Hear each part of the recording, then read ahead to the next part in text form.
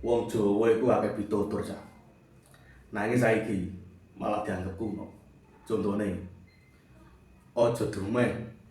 Artine iku sederhana. Aja mentang-mentang iso terus semena-mena.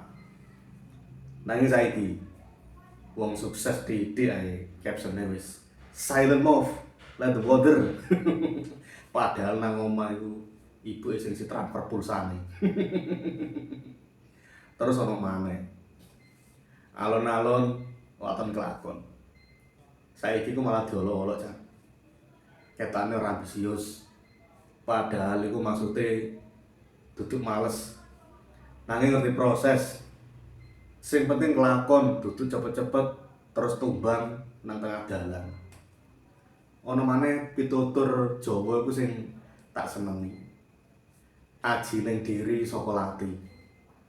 Harga diri saka omongan.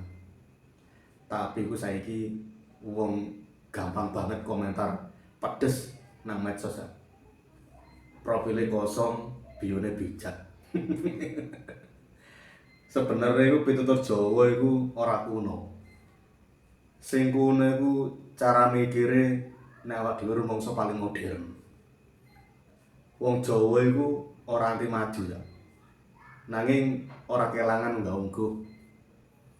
Kadang sing dianggep kuno iku malah pondasi sing gawe awake dhewe iku tetep waras. Ya ora kudu kaku dadi wong Jawa. Nanging aja nganti ilang rasa.